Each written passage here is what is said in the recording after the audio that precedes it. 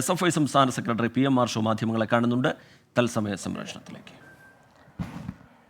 ഇന്ന് കൊല്ലത്ത് മാനസിക വിഭ്രാന്തി ബാധിച്ച നിലയിലാണ് കേരളത്തിലെ സർവകലാശാലകളുടെ ചാൻസലർ ഇടപെടുന്ന സ്ഥിതി ഉണ്ടായിട്ടുള്ളത്. ജനാധിപത്യപരമായ സമരങ്ങളോട് തികഞ്ഞ പുച്ഛവും ആ സമരങ്ങളെ അവഹേളിക്കുന്ന നിലയിലേക്കും ആക്ഷേപിക്കുന്ന നിലയിലേക്കും അദ്ദേഹം ഇടപെട്ടുകൊണ്ടിരിക്കുന്നുണ്ട് എന്നുള്ളത് ജനാധിപത്യ സമൂഹത്തിനാകമാനം അപമാനകരമായിട്ടുള്ള ഒന്നാണ്. SFIയെ സംബന്ധിച്ച് കഴിഞ്ഞ കുറച്ചധികം നാളുകളായി വളരെ ജെനുവിനായിട്ടുള്ള മുദ്രാവാക്യങ്ങൾ ഉയർത്തിക്കൊണ്ടാണ് SFI ജനാധിപത്യ രീതിയിലുള്ള സമരങ്ങളുമായി മുന്നോട്ട് പോയിക്കൊണ്ടിരിക്കുന്നത്. കേരളത്തിലെ സർവകലാശാലകൾക്കകത്തേക്ക് സംഘപരിവാറിൻ്റെ പ്രവർത്തകരെ, RSSൻ്റെ പ്രവർത്തകരെ സംഘപരിവാർ രാഷ്ട്രീയ പദ്ധതിയുടെ ഭാഗമായി തിരികെ കയറ്റുന്നതിന് വേണ്ടിയിട്ടുള്ള റിക്രൂട്ടിംഗ് ഏജന്റിൻ്റെ പണി സർവകലാശാലകളുടെ ചാൻസലർ എടുത്ത ഘട്ടത്തിലാണ് SFI സമരം ആരംഭിച്ചിട്ടുള്ളത്. ജനാധിപത്യ ഇന്ത്യയിൽ ഏതൊരു പൗരനും ജനാധിപത്യപരമായി സമാധാനപരമായി സമരം ചെയ്യുന്നതിന് വേണ്ടിയിട്ടുള്ള അവകാശമുണ്ട്. ഇന്ന് ആരിഫ് മുഹമ്മദ് ഖാൻ ഉൾപ്പെടെ, ഞാൻ ഉൾപ്പെടെ, നിങ്ങൾ ഓരോരുത്തരും ഉൾപ്പെടെയുള്ള മനുഷ്യർ ഇന്ന് ഈ രാജ്യത്തും ലോകത്തും അനുഭവിച്ചുകൊണ്ടിരിക്കുന്ന ഓരോ അവകാശങ്ങളും സമരങ്ങളിലൂടെ ലഭ്യമായിട്ടുള്ളതാണ്, സമരങ്ങളിലൂടെ നേടിയെടുത്തിട്ടുള്ളതാണ്. ആരും നമ്മുടെ ഒന്നും മുൻപിലേക്ക് പ്ലേറ്റിൽ വെച്ച് നീട്ടിയിട്ടുള്ള ഒരു അവകാശവുമല്ല നമ്മൾ ആരും അനുഭവിച്ചുകൊണ്ടിരിക്കുന്നത്. അപ്പോൾ സ്വാഭാവികമായും ഈ നിലയിൽ ചട്ടവിരുദ്ധമായി നിയമവിരുദ്ധമായി നടത്തിയിട്ടുള്ള ഇടപെടലിനെതിരെ ജനാധിപത്യപരമായി നടക്കുന്ന സമരത്തിന് നേരെ ആ സമരത്തിലുള്ള വിദ്യാർത്ഥികളെ അവഹേളിക്കുന്നതിന്, ആക്ഷേപിക്കുന്നതിന്, അവരെ പ്രകോപിപ്പിക്കുന്നതിനും എങ്ങനെയും അക്രമ സംഭവങ്ങൾ അരങ്ങേറുക എന്നുള്ള ഉദ്ദേശത്തോടു കൂടി നടത്തിക്കൊണ്ടിരിക്കുന്ന പൊറാട്ട് നാടകങ്ങളെ കേരളത്തിലെ പൊതുസമൂഹം തള്ളിക്കളയണം എന്നുള്ളതാണ് സൂചിപ്പിക്കാനുള്ളത്. അദ്ദേഹം കഴിഞ്ഞ കുറച്ച് ദിവസങ്ങളായി, ഇപ്പോൾ പാലക്കാട് കഴിഞ്ഞ ദിവസം SFI പ്രവർത്തകരെ ആക്ഷേപിക്കുന്ന അദ്ദേഹം പറഞ്ഞ് സമരം ചെയ്യുന്ന ആളുകൾ കുരങ്ങന്മാരാണെന്ന് പറഞ്ഞ്, ഇതിനു മുൻപ് ക്രിമിനലുകളെന്ന്, ഇന്ന് ഗുണ്ടകളെന്ന് വീണ്ടും ആവർത്തിക്കുന്നു. ഈ നിലയിൽ ഒരു മാന്യതയുമില്ലാതെ, ഒരു നിലവാരവുമില്ലാതെ സർവകലാശാലകളുടെ ചാൻസലർ നടത്തിക്കൊണ്ടിരിക്കുന്ന പദപ്രയോഗങ്ങൾ, ആക്ഷേപങ്ങൾ, ഇതിന് മറുപടി കേരളത്തിൻ്റെ പൊതുസമൂഹം നൽകുമെന്നുള്ളതിൽ തർക്കമില്ല. ഏറ്റവും ശക്തമായിട്ട് ഞങ്ങളുടെ സമരം തുടർന്നു പോകും.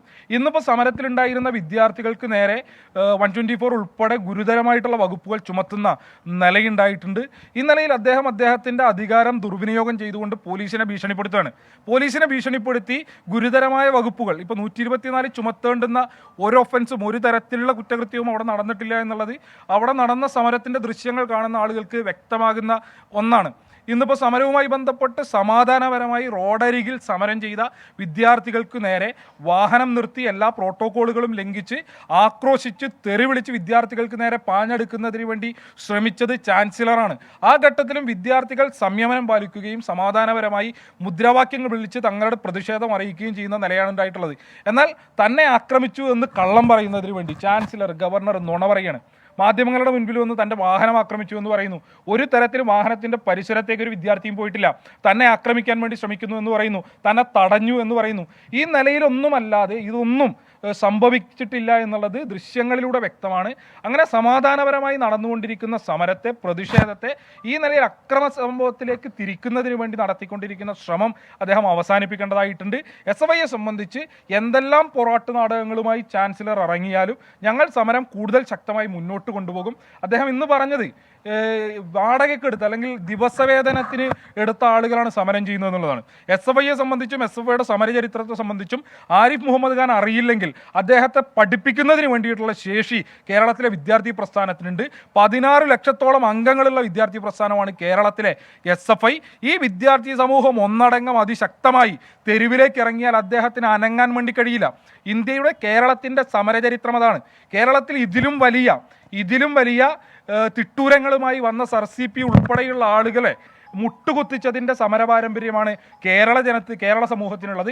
സ്വാഭാവികമായും ആ സമരച്ചൂട്, ഇന്നിപ്പോൾ ഇളവെയിലിൻ്റെ ചൂടാണ് അദ്ദേഹം 1.5 മണിക്കൂർ കൊല്ലത്ത് അനുഭവിച്ചതെങ്കിൽ ഇതിലും കടുത്ത സമരച്ചൂട് ആരിഫ് മുഹമ്മദ് ഖാൻ അനുഭവിക്കാനിരിക്കുന്നതേ ഉള്ളൂ എന്നുള്ളതാണ് ഈ ഘട്ടത്തിൽ സൂചിപ്പിക്കാനുള്ളത്.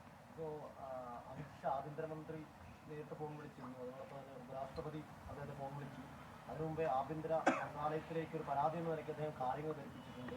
ഇപ്പോൾ FIRന്റെ കേന്ദ്രത്തിലേക്ക് അയക്കുമെന്നൊക്കെ പറയുന്നുണ്ട്. അപ്പോൾ അതൊക്കെ എങ്ങനെയാണ്? അല്ല, ഏത് നിലയിലും ഇപ്പോൾ അദ്ദേഹത്തെ ആക്രമിച്ചു എന്ന് പറയുന്ന ഒരു നെറേറ്റീവ് ഉണ്ടാക്കുന്നതിന് വേണ്ടിയാണ് അദ്ദേഹം ശ്രമിച്ചുകൊണ്ടിരിക്കുന്നത്. സ്വാഭാവികമായും ചില മാധ്യമങ്ങൾ ഉൾപ്പെടെ ആ നിലയിലുള്ള നെറേറ്റീവ് സൃഷ്ടിക്കുന്നതിന് വേണ്ടി ശ്രമം നടത്തിക്കൊണ്ടിരിക്കുന്നത്. ചില ഫ്ലാഷ് ന്യൂസുകൾ കണ്ടു, അദ്ദേഹത്തിൻ്റെ വാഹനത്തിന് നേരെ, അദ്ദേഹം തന്നെ പറഞ്ഞു ശേഷം അദ്ദേഹത്തിൻ്റെ വാഹനത്തെ ആക്രമിച്ചു എന്നുള്ള നിലയിലൊക്കെ പ്രചരിപ്പിക്കുന്നതിന് വേണ്ടി ശ്രമം നടത്തിക്കൊണ്ടിരിക്കുന്നുണ്ട്.